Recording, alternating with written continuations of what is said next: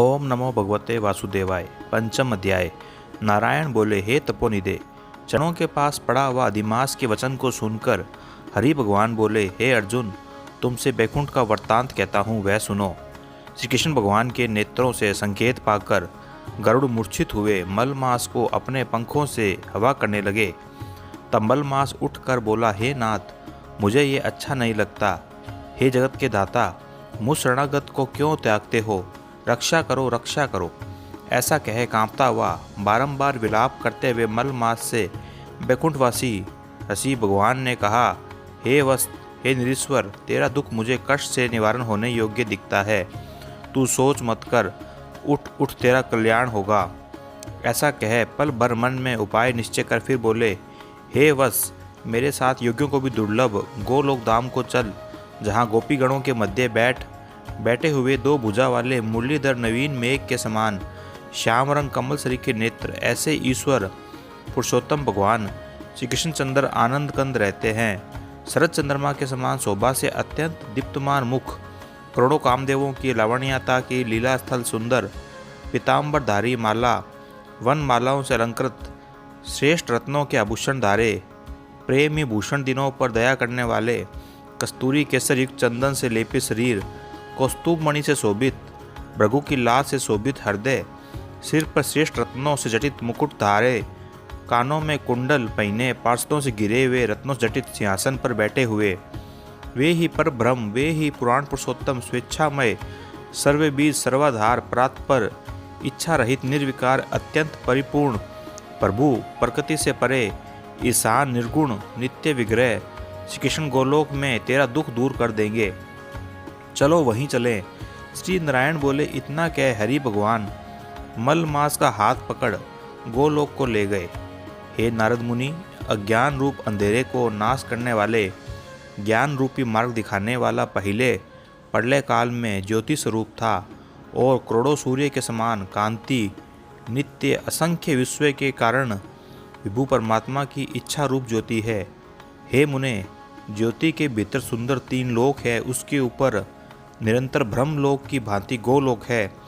वह 3 करोड़ योजन फैला हुआ और गोल तेज स्वरूप श्रेष्ठ रत्नों वाली भूमि से युक्त, योगियों को स्वप्न में भी अदृश्य, वैष्णवों को दृश्य और प्राप्त होने योग्य परमात्मा ने योगों से धारण किया।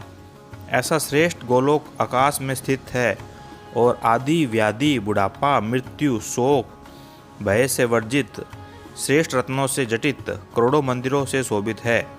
उसके नीचे बाएं 50 करोड़ योजन विस्तार वाला गोलोक समान बैकुंठ लोक और शिवलोक है, जिसमें करोड़ योजन लंबा और गोलाकार बैकुंठ लोक है।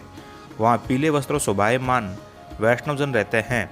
वह वैष्णव शंख चक्कर गदाधारी लक्ष्मी से सेवित 4 भुजा वाले और सब स्त्रियां लक्ष्मी के समान नुपुर मेखला की झंकारों के शब्दों से शोभायमान हैं। गोलोक के दाहिनी और सृष्टि के प्रलय काल में भी नाश रहित पार्षदों से घिरा हुआ 1 करोड़ योजन विस्तार वाला शिवलोक है। शिवलोक में महादेव के गण सारे शरीर में भस्म रमाए सर्पों के जनेऊ पहने, ललाट में अर्धचंद्र धारे, सल पटिस साथ में लिए जटा में गंगा धारे 3 नेत्र वाले सूरवीर महादेव की जय कहने वाले रहते हैं। और गोलोक में निरंतर परमानंद कारक परम हर्ष को करने वाली अत्यंत मनोहर ज्योति है। उस ज्योति में अत्यंत सुंदर श्याम कमल के समान श्याम वर्ण कमल समान लाल नेत्र आनंद जनक निराकर परे से भी परे, जिसका योगी जन ज्ञान चक्षु से ध्यान करते हैं।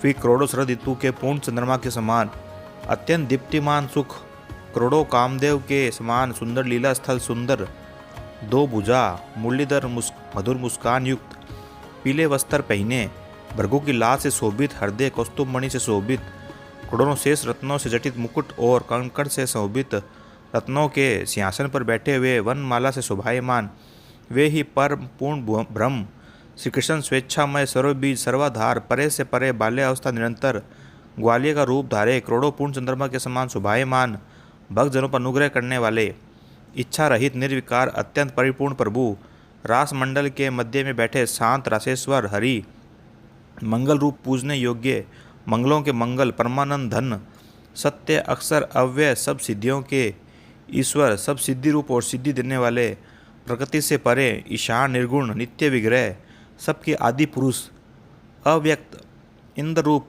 प्रस्तुत, नित्य, स्वतंत्र, एक परमात्मा स्वरूप, शांत शांति में परायण रूप का शांत स्वभाव वाले वैष्णव ध्यान करते हैं और केवल उत्कृष्ट रूप एक भगवान ने ही धारण किया है।